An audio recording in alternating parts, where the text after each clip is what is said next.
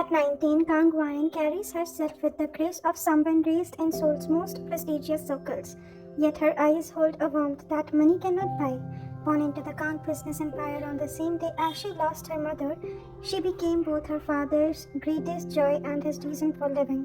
The tragedy that took her mother also forged an unbreakable bond between father and daughter, one built on shared loss, unconditional love, and mutual dependence. Chairman Kang sees his late wife's gentle spirit reflected in every smile Wine shares with the world.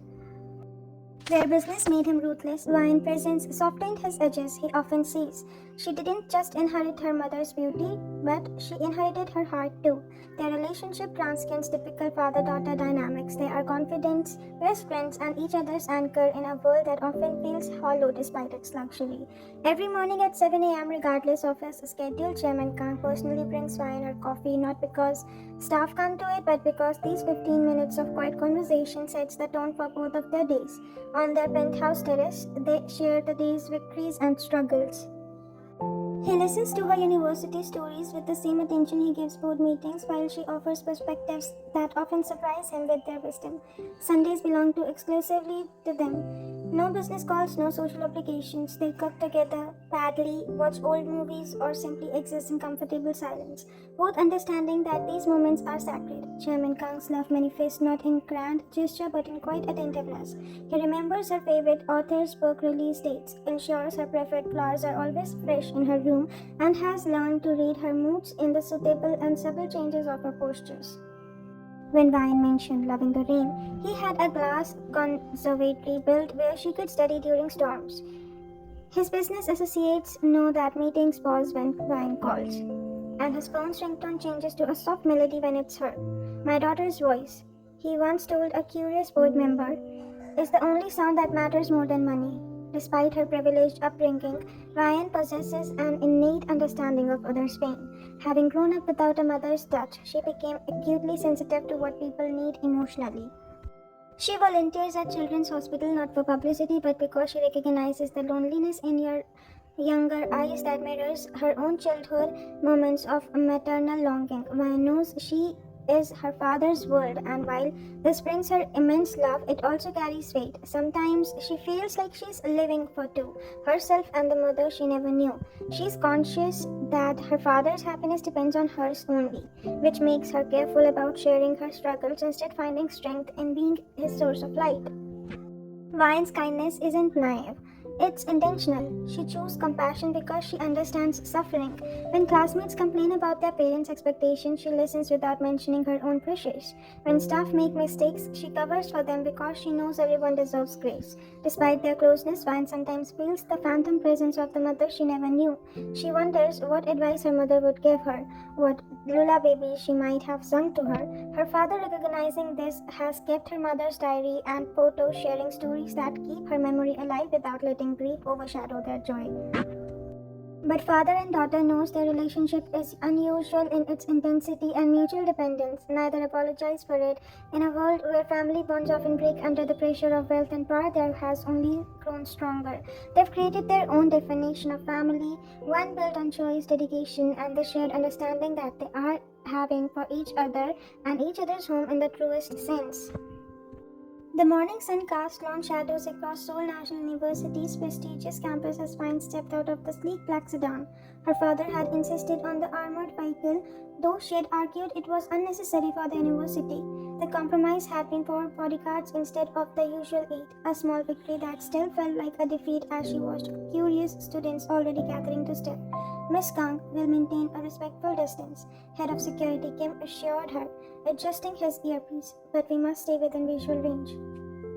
Vine's jaw tightened as she noticed phones being raised, cameras clicking. This was exactly what she dreaded. Just try to not look so obvious, she muttered smoothly down her perfectly tailored uniform.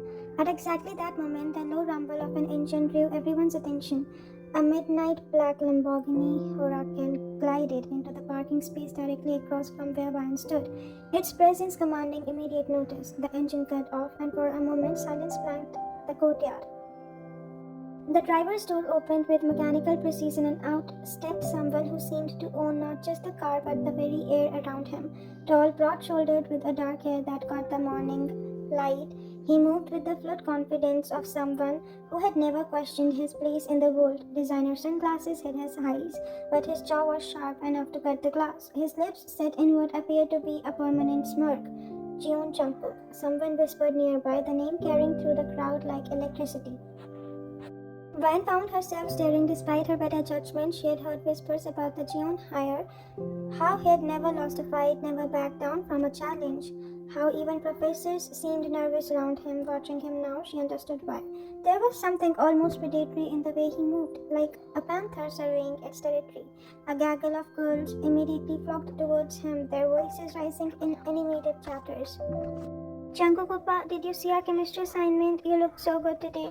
Can you give me right after classes? Van rolled her eyes typical. She thought another spoiled rich boy who thinks the world revolves around him.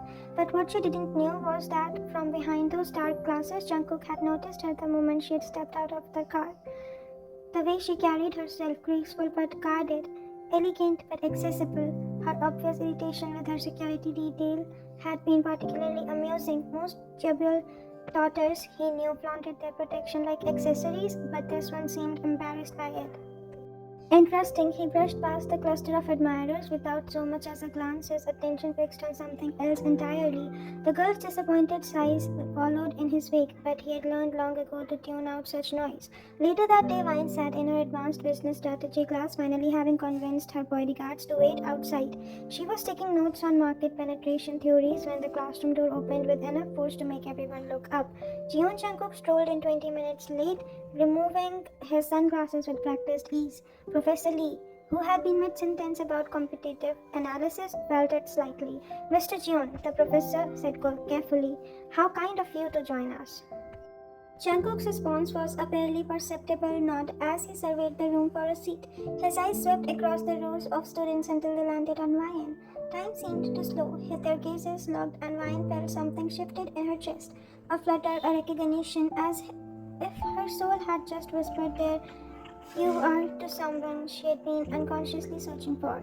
His eyes were dark, intense, and for just a moment his carefully constructed mask of indifference slipped. She saw surprise there and something deeper, something that made her pulse quicken. Jungkook felt it too, that inexplicable pull, like gravity had suddenly doubled. He had expected to feel nothing as always, instead looking at her felt like being struck by lightning while standing in still water.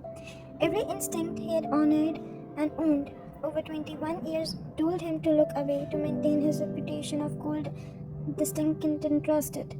He couldn't. Neither could she. The moment stretched between them, invisible to everyone else but refraining to them both. Vine's pen had stilled on her paper. Jungkook had forgotten that he was supposed to find a seat. Mr. Jeon, Professor Lee's voice cut through the spell. Your seat. Jungkook blinked, his walls slamming back into places without another glance at Ryan. He dropped into an empty chair 3 rows behind her, his expression returning to its usual mask of bored superiority. But Ryan could feel his presence like heat at her back for the rest of the class. When she tried to focus on the lecture about hostile takeovers, her mind kept wandering to dark eyes and the way her heart had skipped when they had looked at her. Get it together, she scolded herself. He's clearly trouble, the kind of guy who thinks the world owns him everything. Yet as the class ended and students began filling out, she found herself glancing back. Jungkook was still in his seat, seemingly absorbed in his phone, but she caught the exact moment his eyes flicked up to meet hers again. This time she was the first to look away. Outside the classroom, her bodyguards immediately flanked her. How was the class, Miss Kang? Kim asked. Fine, she replied absently, still feeling unsettled. Just fine. But as she walked towards the next lecture, Vine couldn't shake the feeling that her carefully ordered world had just shifted on its axis. She had no idea that 3 rows behind her, Jeon Jungkook was having the exact same thought. Neither of them knew that their father's rivalry ran deeper than business competitions, that it was rooted in betrayal, bloodshed, and secrets that had shaped both of their lives before they were even born. All they knew was that something had sparked between them in that classroom, something neither of them understood but both of them felt in their bones, something that would change everything. That night, Vine laid in her silk sheets, staring at the ceiling of her penthouse bedroom. The city lights filtered through her floor-to-ceiling windows, casting dancing shadows across the walls, but sleep invaded her completely. Every time she closed her eyes, she saw them, those dark, intense eyes that had looked at her like he could see straight through her soul. What is wrong with me? She thought, turning onto her side for the 100th time. She had met countless heirs and sons of business moguls throughout her life, but none had ever affected her like this. The way Jungkook had looked at her felt different, dangerous, magnetic, like standing too close to a flame. Meanwhile, across her felt different, dangerous. The city in another penthouse, Jungkook sat on the edge of his bed, his unusual and usual mask of indifference completely abandoned and abandoned in the privacy of his room. His hands ran through his dark hair and he replayed that moment over and over in his mind. The way her eyes had widened when they met his, the slight parting of her lips, the flush that had crept up her neck, he had built his reputation on being untouchable, uninterested above it all.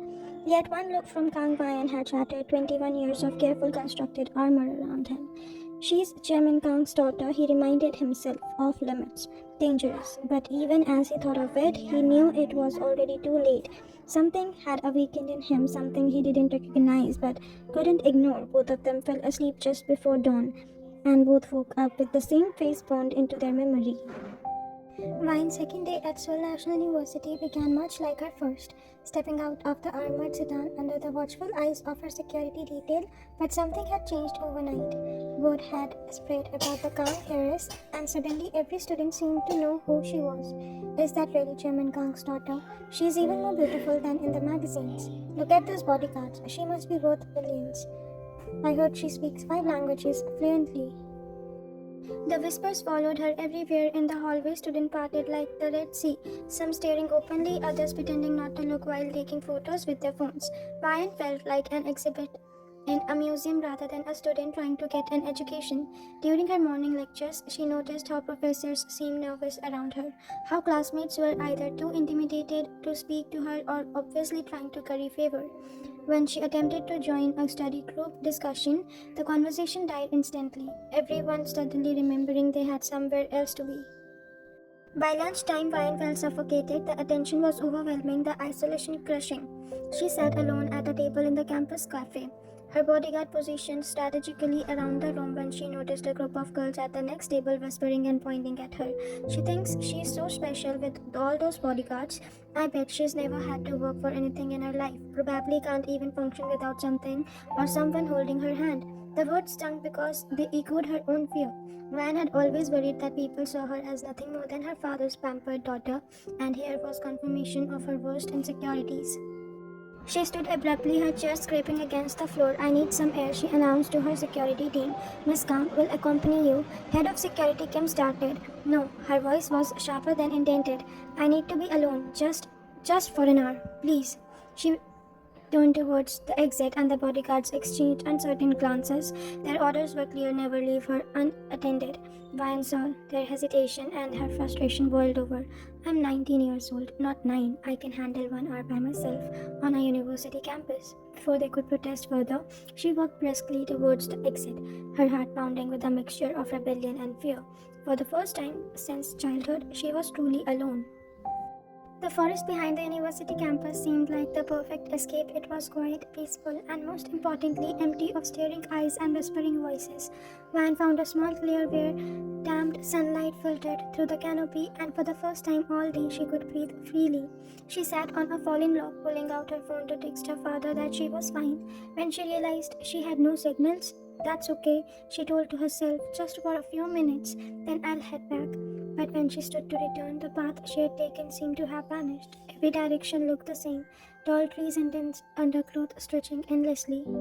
Her heart began to race as she tried to one path, then another, each one leading deeper into the forest. As the sun began to set, casting long shadows through the trees, Vine heard sounds that made her blood run cold. Rustling in the bushes, a long and low growl in the distance. The snap of branches behind her, she began to run, crashing through the undergrowth, branches catching at her uniform, tears streaming down her face. She was completely lost, and darkness was falling fast. Jungkook had noticed Ryan's absence from their shared business ethics class that afternoon. It wasn't like her even. Just after 2 days, he had already catalogued her habits, her schedule, the way she always sat in the third row center seat. When he overheard her frantic bodyguards taking and talking about her disappearance, something cold and sharp twisted in his chest. He had been watching her all day, had seen how the attention was affecting her, how she had grown more withdrawn with each whispered comment and pointed stare. Without thinking, he had gone looking for her. His instincts led him to the forest if he were overwhelmed and needed to escape. That's where he'd go to. He moved through the trees with practiced ease, his sense heightened, following broken branches and disturbed leaves, like a predator tracking prey. When he heard her crying, his heart nearly stopped. Ryan, he called out, abandoning any pretense of casual concern. Ryan, where are you? Here. Your voice was small, terrified. I'm here, please. He found her huddled against the tree trunk, her pristine uniform torn and dirty, her hair tangled with the leaves and twigs. But it was the look in her eyes that nearly brought him to his knees. Pure, helpless fear. Hey, he said softly, approaching slowly like she was a wounded animal. You're okay, I've got you. She looked up at him with such relief and gratitude that something fundamental shifted inside his chest. In that moment, seeing her vulnerable and scared, Jungkook felt something he had never experienced before. The overwhelming, consuming need to protect someone at all cost. I got lost, she whispered, accepting his hand as he helped her to her feet. I just wanted to be alone for a while, and then I couldn't find my way back. And it got dark, and I heard she murmured, wrapping his jacket around her shoulder. You're safe now. I'll get you back. As he guided her through the forest, one arm around her trembling form, Jungkook felt something dark and possessive taking root in his soul. She had been in danger because those incompetent bodyguards hadn't protected her properly. She had been hurt because he hadn't been there when she needed him. That would never happen again. When they emerged from the forest, Ryan's security team was waiting with campus police and search crew. The relief on their faces quickly turned to dread when they saw their employer's daughter, disheveled state. Miss Kang. Kim rushed forward but stopped short when he saw Jungkook's protective stance beside her. She's fine, Jungkook said curtly. No thanks to you, any of you. Vine looked between her rescuer and her security team, suddenly aware of how this looked. Thank you, she said quietly to Jungkook, for finding me, for everything. Their eyes met again, and this time neither looked away. In her case, Jungkook saw trust, gratitude, and something else. A connection that went deeper than mere circumstance. Always, he replied and meant in a way that scared him. Chairman Kang's fury was legendary in business circles, but Ryan had rarely seen it directed at those who worked for them. The bodyguards who had let her slip away were not just fired, they were systematically destroyed. Their security licenses revoked, their references blacklisted, their futures in the protection industry obliterated. They had one job, her father said quietly as they sat in his study later that night. One job, sweetheart, to keep you safe. And they failed. Ryan nodded, still shaken by her experience but more disturbed by the cold satisfaction in her father's voice. She didn't know that across the city, Jungkook was making his own arrangements. The ex-bodyguards would discover that their bank accounts had been frozen due to irregularities. Their landlords would suddenly find reasons to terminate their leases. Job interviews would be mysteriously cancelled. Every door that closed, every opportunity that vanished bore Jungkook's invisible signature. He made sure that they understood why their lives were falling apart. A message was delivered to each one of them, a simple note that read, "She could have died because of your negligence. Consider this a lesson in consequences." But Jungkook's obsession was only beginning.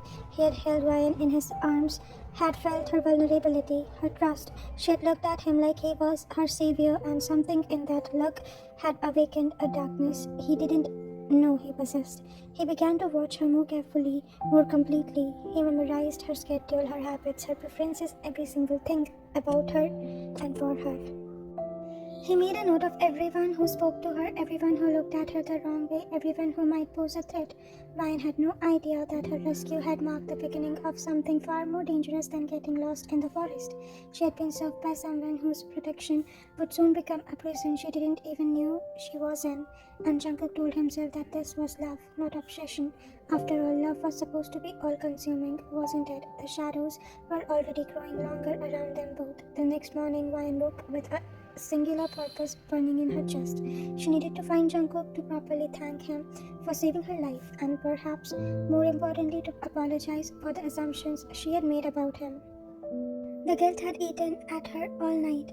How quickly she had judged him as just a spoiled rich boy when he had proven to be her knight in shining armor. She had dismissed her bodyguards with firm instructions to maintain distance, claiming she needed normalcy. After yesterday's ordeal, Chairman Kang had reluctantly agreed to scale back security, though Ryan knew his eyes were still on her through other means. Walking across campus, she asked around discreetly about Jungkook's usual hunch. A nervous sophomore mentioned seeing him near the old gymnasium building during lunch break, and Ryan felt her heart skip at finally having a lead. As she approached the secluded area behind the gymnasium, she could hear voices, one pleading, others laughing cruelly. Ryan slowed her steps, something in the tone making her stomach twist with unease. Please, I already told you I don't know anything about the shipment. A voice begged, strained, and desperate. Wrong answer came from a familiar voice, cold and deadly, in a way that made Ryan's blood freeze. She crept closer to the corner of the building, her heart hammering against her ribs. What she saw when she peered around the edge would haunt her forever.